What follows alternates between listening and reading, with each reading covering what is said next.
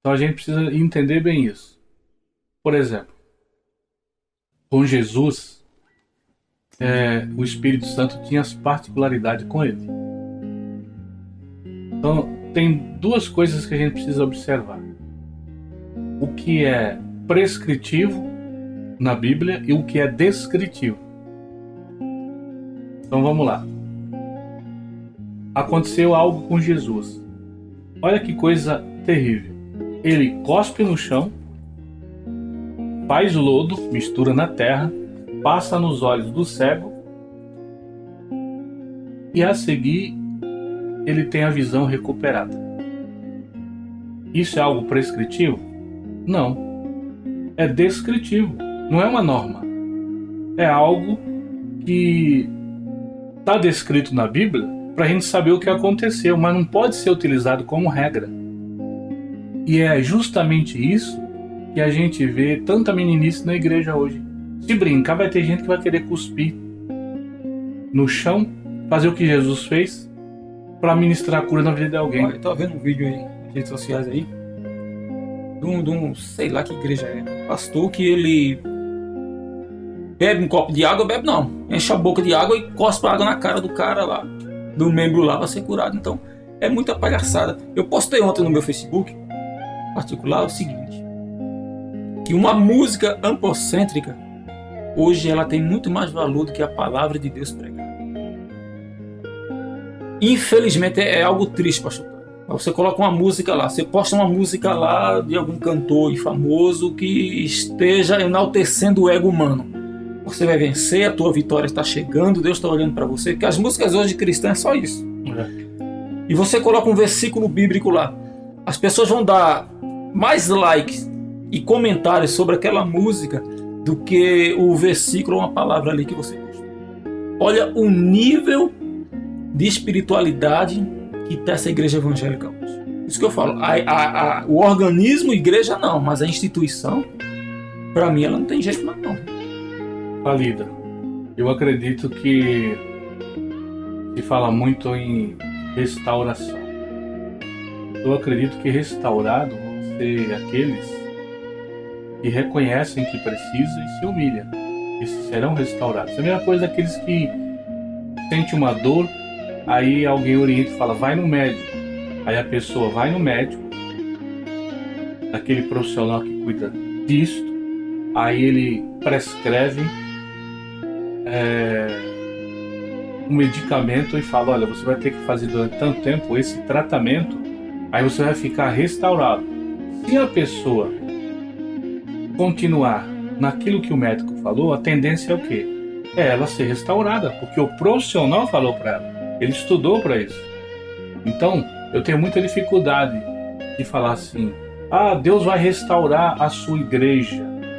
Eu acredito que Deus vai restaurar aqueles que estão se humilhando e que está vendo que a denominação onde você congrega está precisando de sofrer a restauração de Deus porque está tendo muita coisa errada.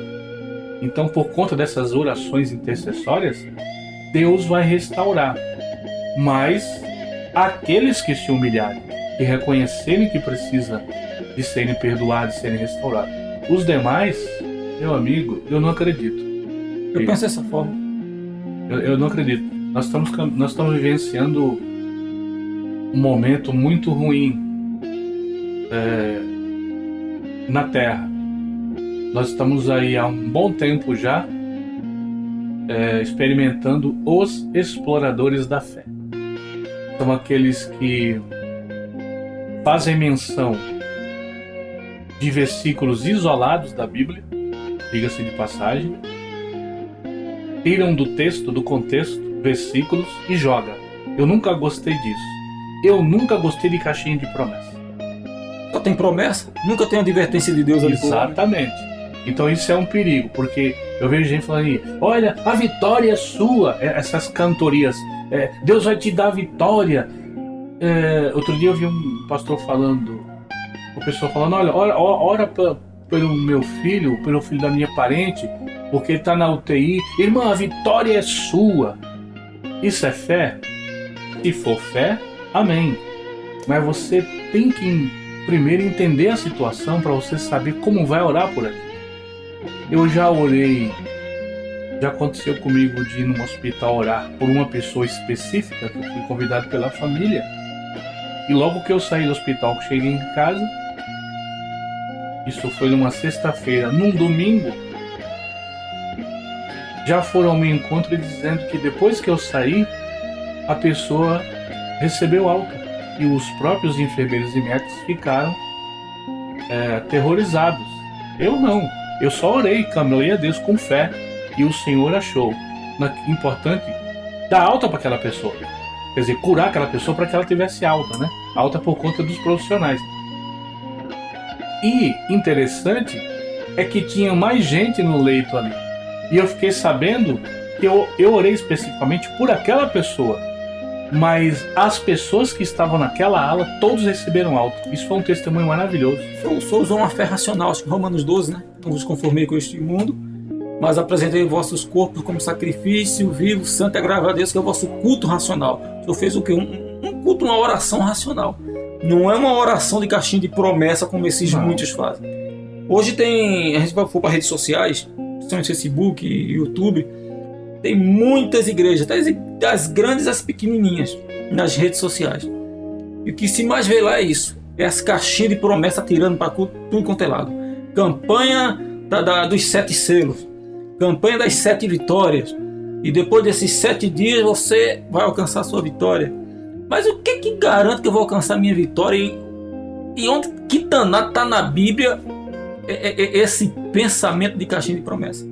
Então é uma explosão de emoções, pastor, que está na cabeça de líderes, pastores, como a gente estava conversando ontem, com aquele intuito simplesmente de criar modos para fazer a sua igreja crescer. Não é mais no modos da Bíblia, né? Que não é mais a pregação da palavra, não é mais a evangelização, não é mais os sinais, não. É criar estratégia de marketing para fazer a igreja crescer. E aí ela vai ficar igual um bolo, ela vai inchar, né? É crescer igual um bolo. Mas tem pessoas dentro da igreja inchadas, mas não convertidas. Eu estava vendo hoje uma postagem de alguém. O culto ontem foi uma bênção. 8 pessoas entregaram a vida para Cristo. Eu dentro de mim perguntei para mim mesmo: será que entregaram? Porque a conversão é algo que não é da noite para o dia. Leva tempo, a conversão ela leva tempo, né? Não é da noite para o dia a conversão. Então vai estar uma situação hoje, por isso que eu não me encaixo dentro de igreja, mano. Deus pode até fazer surgir uma denominação que eu venha gostar, aquela coisa toda, mas eu não me encaixo. Primeiro que eu não tenho palavras para pregar para esse povo, que esse povo só quer oba-oba. Só quer bênção, só quer vitória. Eu não prego bênção, eu não prego vitória. Eu prego como você alcançar as bênçãos de Deus mediante um relacionamento que você tem por Ele. Está em Deuteronômio 28. Se atentamente ouvires o Senhor teu Deus e tendo cuidado de obedecer a sua voz, todas essas bênçãos virão e te alcançarão. Hoje há uma inversão. O camarada corre atrás da bênção e nunca alcança. E era para ser o contrário. E por que o contrário? Porque o pessoal não tem relacionamento com Deus. Essa geração de hoje é a pior geração de seres humanos que já existiu na face da Terra. A pior geração de cristãos. Falando isso, parece que você está amaldiçoando. Não, eles estão se amaldiçoando quando deixam de seguir o que está escrito. Não tem mais o que você criar na Bíblia. Está escrito ali a prescrição de como ter uma vida íntegra, de como ter uma vida cheia do Espírito Santo, de como viver bem, mesmo aqui na terra dos viventes. Está ali, você não precisa fazer sacrifício de tolo, como a gente vê esses exploradores da fé. Eles descobriram que tirar versículos do Velho Testamento, porque aonde está as maiores promessas é no Velho Testamento, porque era para um povo específico. Não que o Novo Testamento não tenha promessas, mas como no Velho Testamento não existe. E outra coisa, era para o povo da época. Quem era o povo da época? O povo de Israel. Todas as promessas eram para aquele povo. Concernentemente, a gente vê que tem alguns casos de pessoas que não eram da linhagem judaica, que por ter testemunho de fé, que nem o caso de Ruth, uma moabita, a promessa não era para ela. Mas em virtude de uma situação, de uma família que deixa o lugar de onde eram descendentes, estavam vivenciando uma fome, e por questão de sobrevivência, o homem tomou a atitude de ir para Moabe, porque lá não tinha esse problema. Mas a terra de Moabe, todo mundo sabe que era idolatria pura, e uns deuses que eles adoravam. Deus, que é especialista em pegar coisa estragada e transformar em coisa boa, excelente, mesmo num ato de desobediência de uma família, Deus vê a integridade do coração de uma mulher. E Deus manifesta o poder dele na vida daquela mulher. E não só isso. A inteireza de coração daquela moabita era tão grande que ela falou: o teu Deus será o meu Deus, o teu povo será o meu povo. Isso subiu no trono de Deus, porque quem é que conhece o coração do ser humano a não ser Deus? Deus viu a inteireza de coração daquela mulher. E Deus não quis saber se ela era israelita, se era moabita. Deus viu a integridade dela. Claro que Deus sabia que ela era uma moabita. E o Senhor fez o quê? Não só permitiu que ela fosse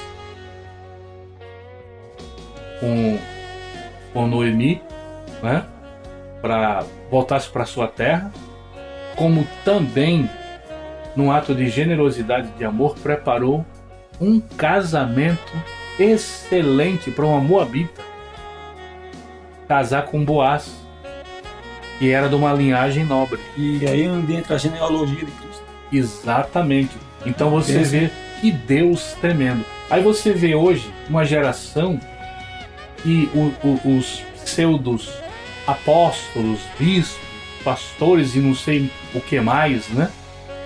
Eles arrancam versículos da Bíblia, aí joga para o povo como você corta a carne, joga para os cães. E aí as pessoas abraçam. As pessoas não têm o prazer de fazer como os crentes de Bereia, de consultar as coisas.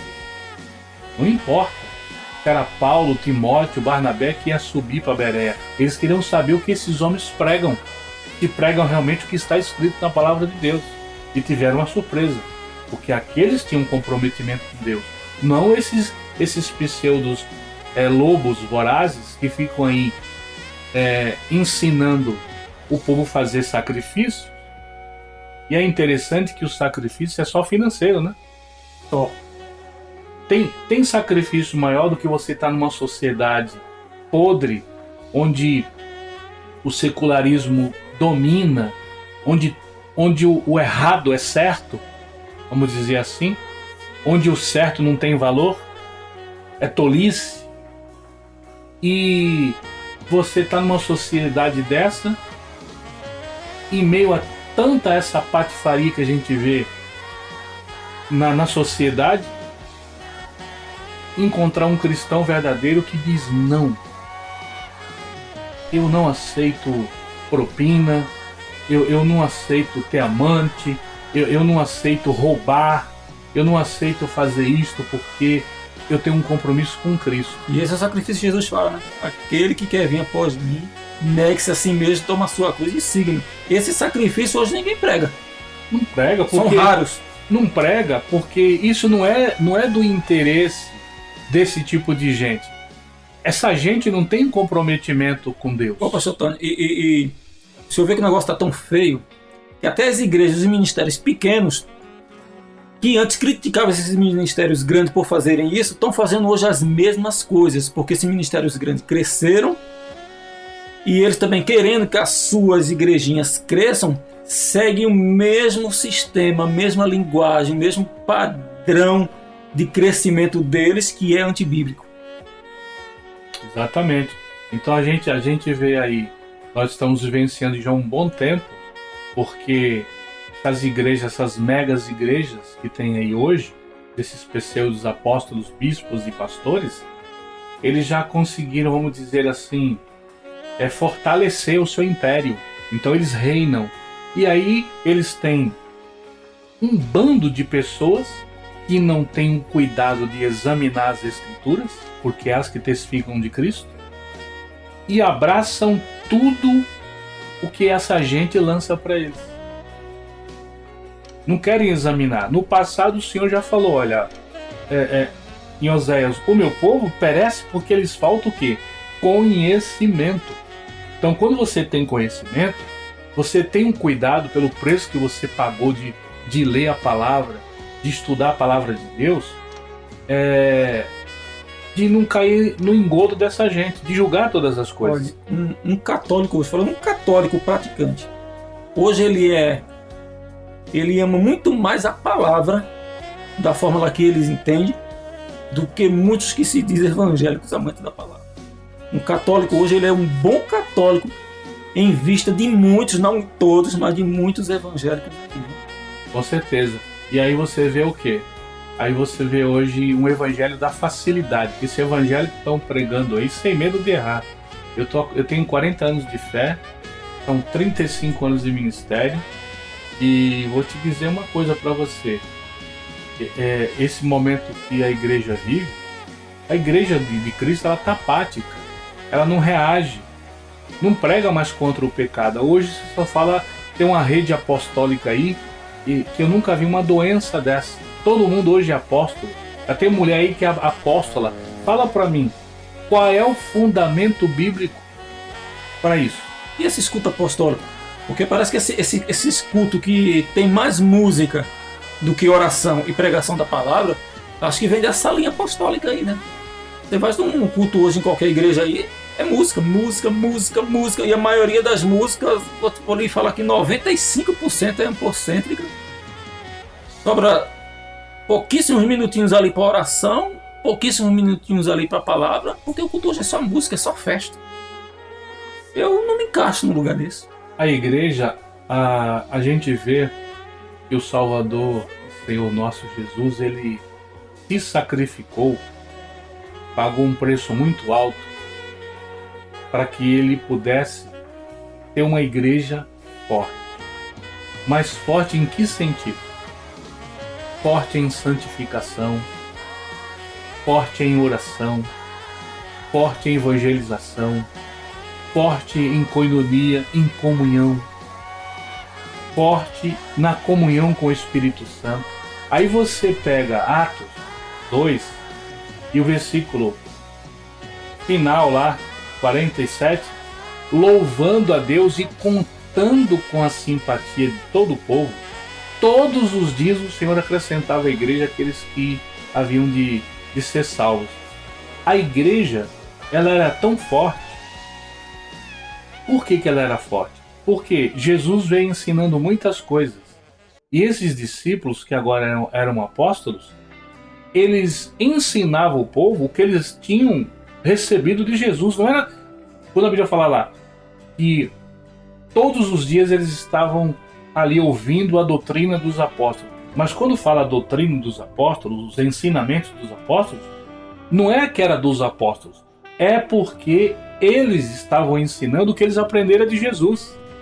Então eles pregavam o que Jesus ensinava para eles, debaixo da unção, da graça do Espírito Santo.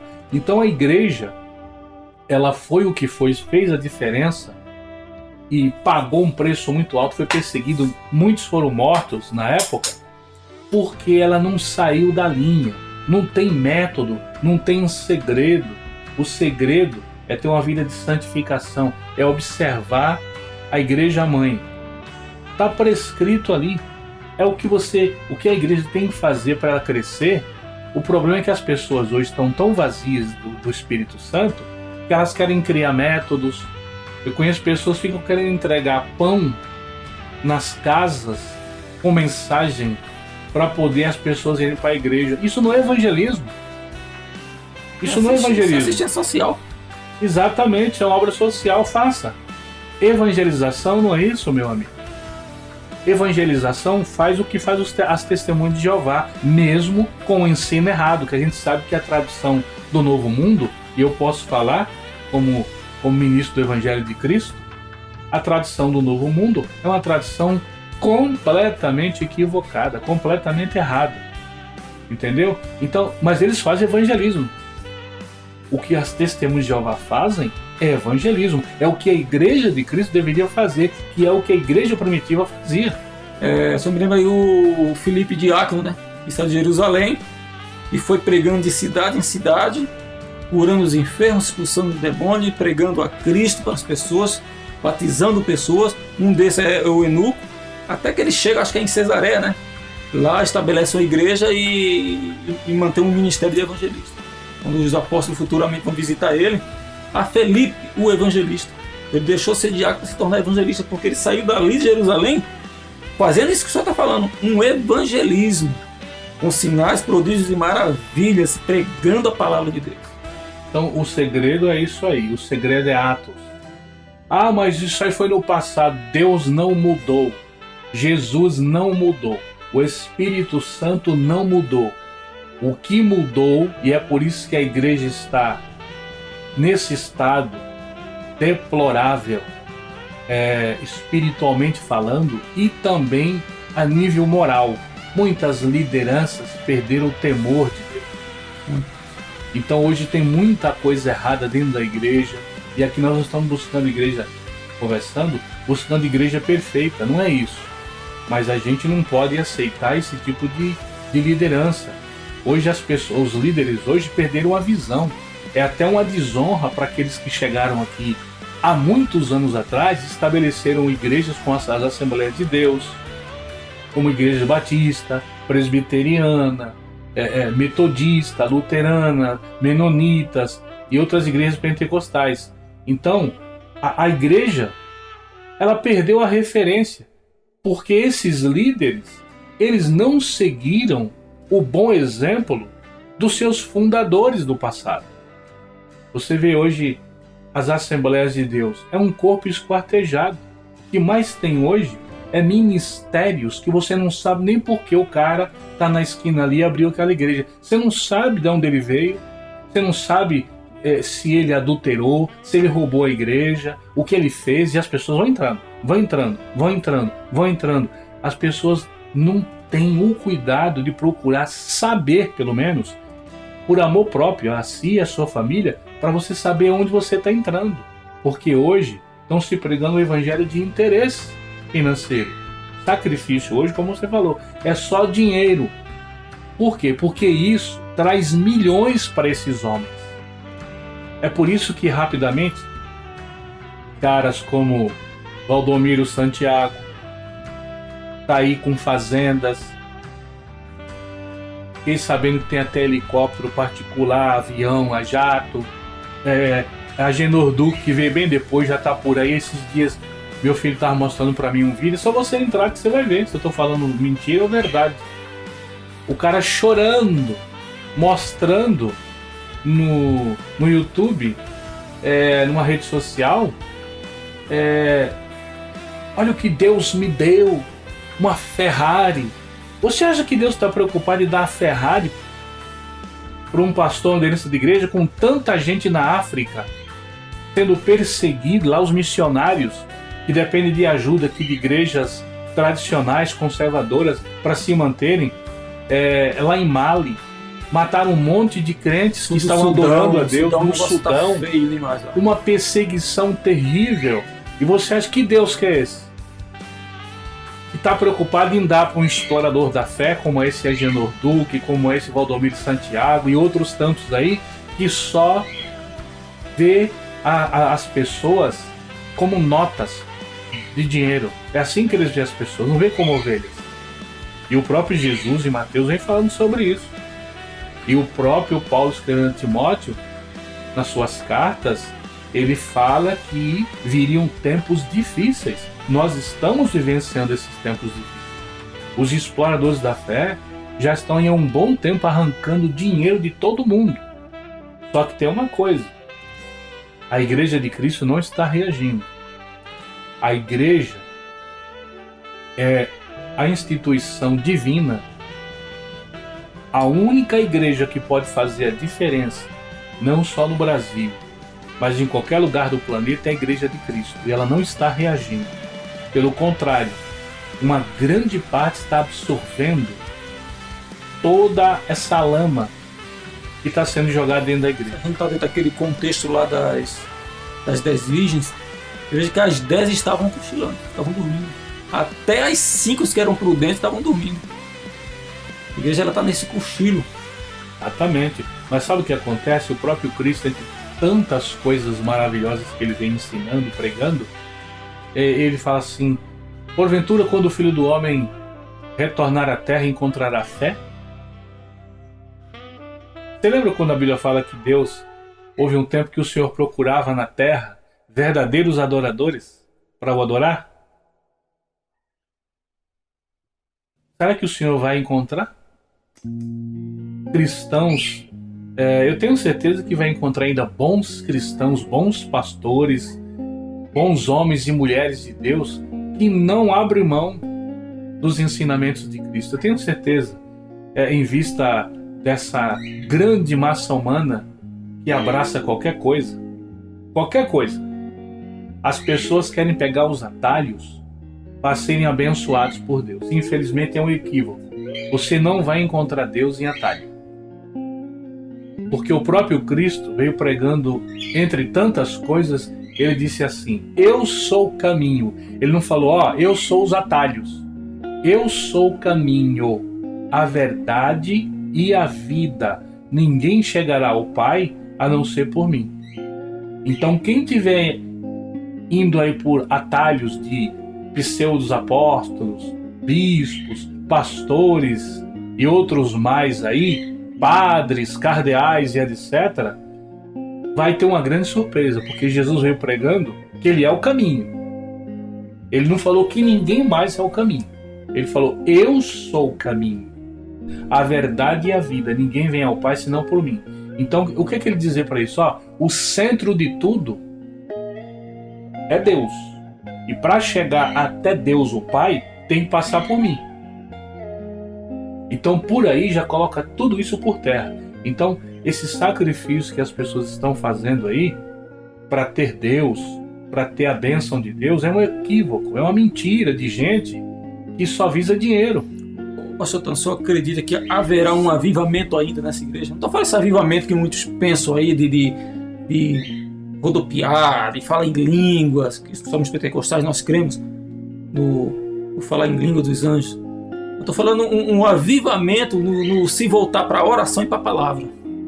Olha, a gente sabe que depois do derramamento do Espírito Santo ali em Pentecostes, ali foi o início da igreja.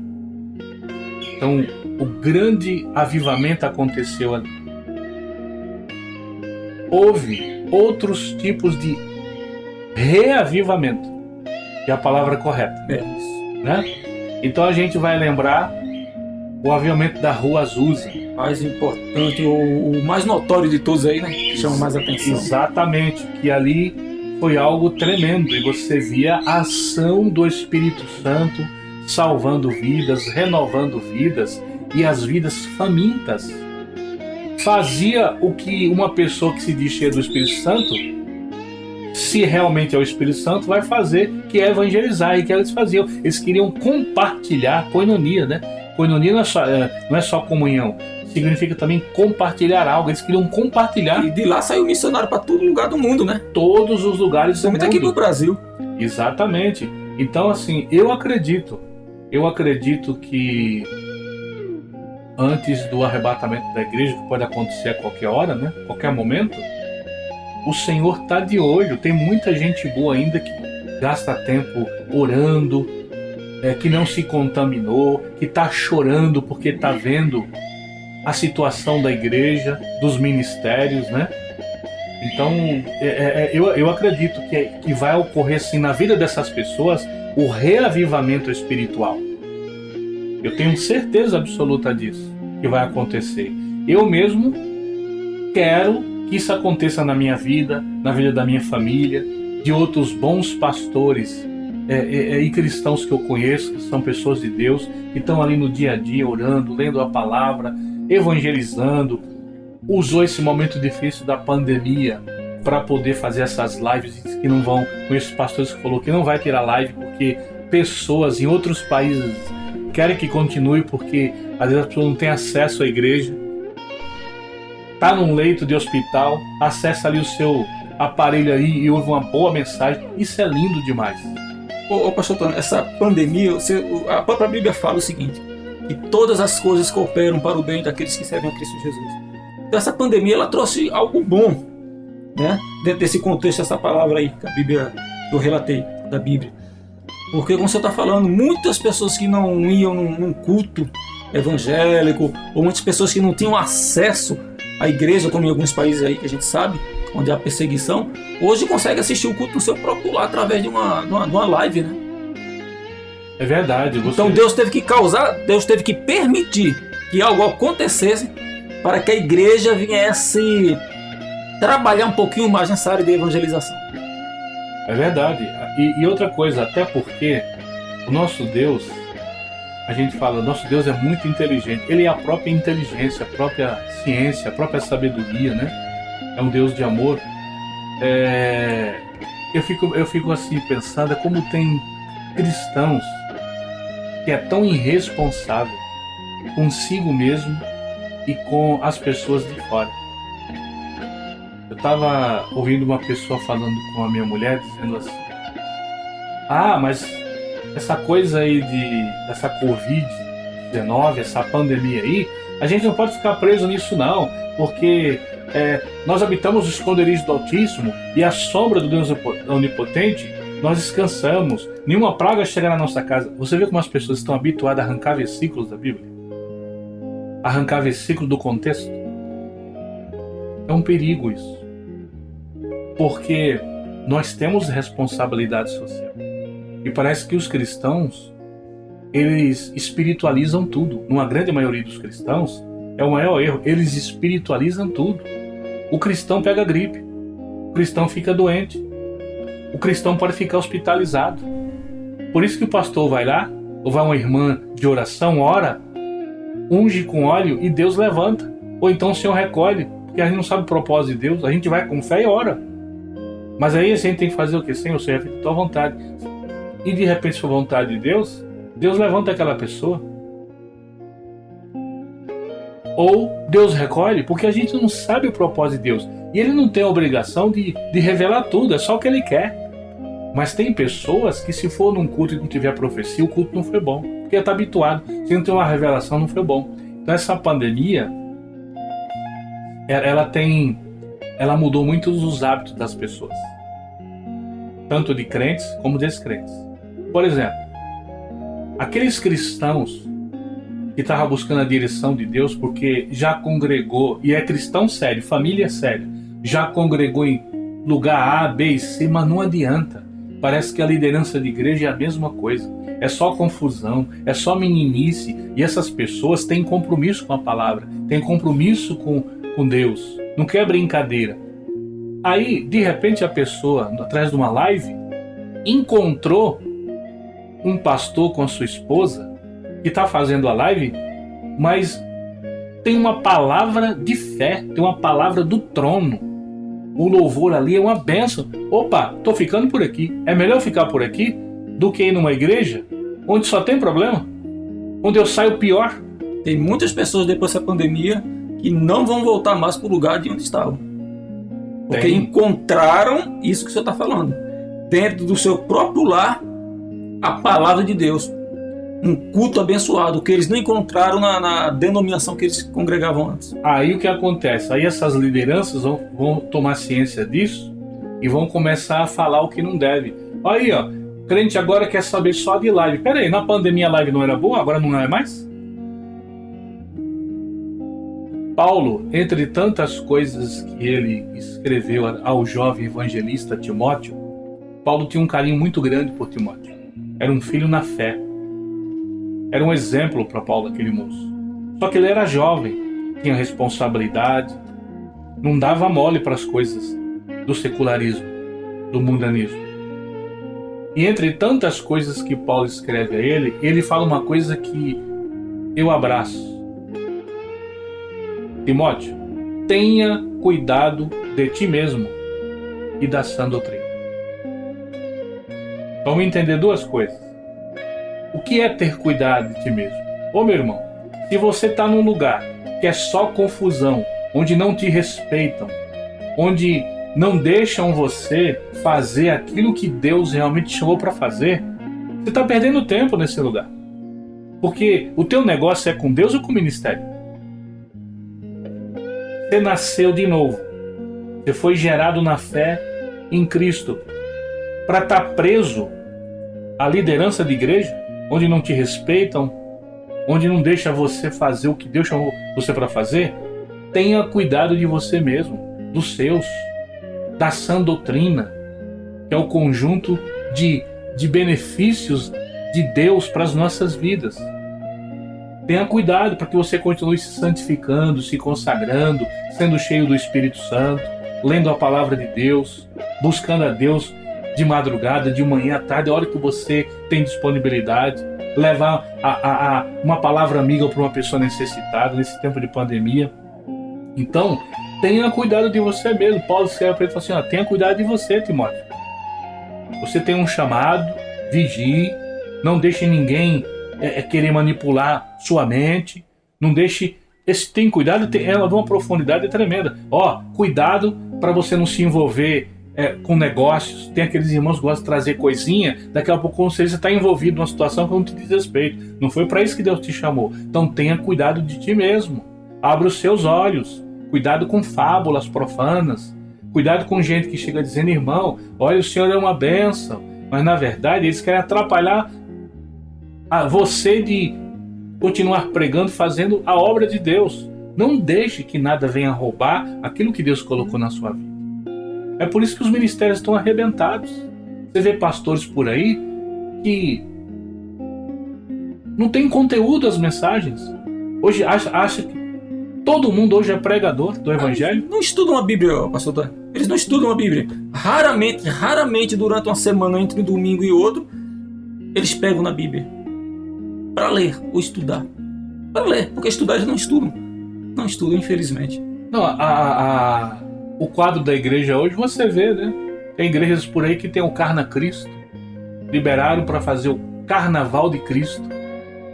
Isso não tem espaço na igreja de Cristo. Olha para Atos 2. O que é que você via na igreja de Atos? Você não via... Pastor, mas naquele tempo não tinha carnaval, mas tinha muitas outras festanças que eles poderiam colocar dentro da igreja. Não vamos esquecer que Israel era dominado pelo Império Romano. Exatamente. Vê hoje, Carna Cristo, os cantores que hoje fazem qualquer coisa para estar na mídia. É uma vergonha. Hoje a igreja está uma vergonha. Está uma vergonha, com raríssimas exceções. Eu bato nessa tecla. Graças a Deus, ainda tem bons pastores, bons cristãos. Quando você encontra, está firme. Pastor, não abra mão da sã doutrina, dos ensinamentos de Jesus. Não abra mão do que nós somos ensinados através da nossa igreja mãe, a igreja que surgiu lá na época de Pentecostes. Ali é o caminho para a igreja Teresa. São os 7 mil que não se dobraram perante Baal. Exatamente. Deus tem guardado. Exatamente. Então vamos encerrar esse vídeo aqui.